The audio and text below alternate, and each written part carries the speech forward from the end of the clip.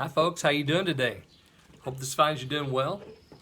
Today we're going to be back in the book of Proverbs chapter 7, and we could entitle this The Strange Woman Part 3.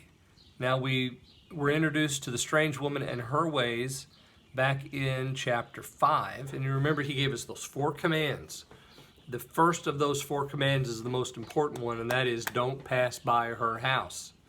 So today, what we're going to see is the story of temptation cast in the light of the strange woman. Now remember, we're not talking just about harlotry here or adultery.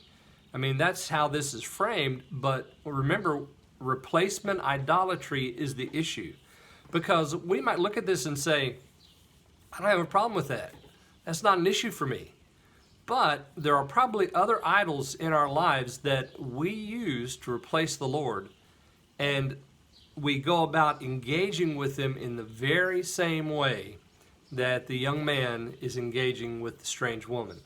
Now today we have the story of temptation. As I said, this is beautiful. It's so wonderfully written, and I really, it's 4 reallys, really 5 reallys, want you to get the outline. Download the outline or look at it online or something, because then you'll see how I've broken this down. So we begin with the first. We have 2 My Son lessons here in this chapter. The first one introduces the issue because he says there that these commandments that he wants the young man, the student, the son, to bind on his fingers and write on the table of his hearts will keep him from the strange woman. And remember the commandment back in chapter 5, the very first one, don't pass by her house. He wants the young man to remember that. And then we have the story of temptation beginning there in verse 6. For at the window of my house I looked through my casement, and beheld among the simple ones I discerned the youths, a young man void of understanding, passing through the street near her corner, and he went by the way to her house. So you see the young man here in the story does exactly what he shouldn't do. The very first commandment is don't pass by her house. But he's going to do that.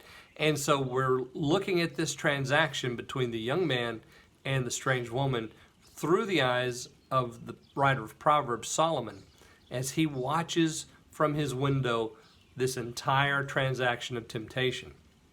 So the young man plays his role. He passes by her house.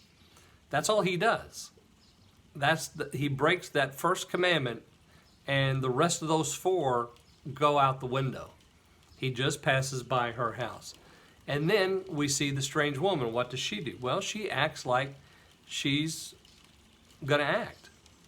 She, in verse 10 through verse 12, she's lying in wait for the young man. So it's almost like she's a huntress. We see her speech there in verses 13 through 17. What she says to the young man. I have paid my vows. I have come forth to meet thee. I have found you. I have decked my bed with smells. And she mentions all the stuff, the tapestry, the carved works, the fine linen, the myrrh, the aloes, the cinnamon, and all that. And then the temptation is, come, let us take our fill of love until the morning. Do you remember what the Lord said there in Proverbs chapter 1?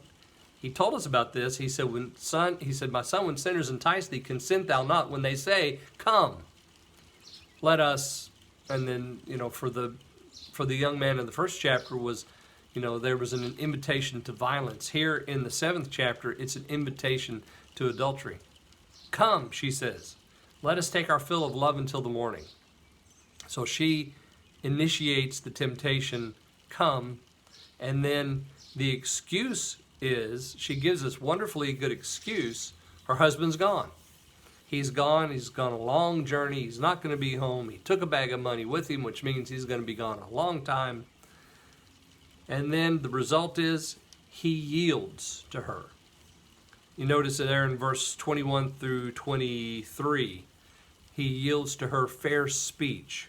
And notice that we have more imagery here because it says there that he's like an ox that goes to slaughter, like a fool that goes to the stocks, like a bird that goes to the snare. And we know the end of all of those, don't we? And the very last statement in 23 is, he doesn't know that it's for his life. He thinks he's going to have a good time. And, you know, what happens in Vegas stays in Vegas. No, that's not right. That's a lie. It never stays in Vegas. And his life is in jeopardy.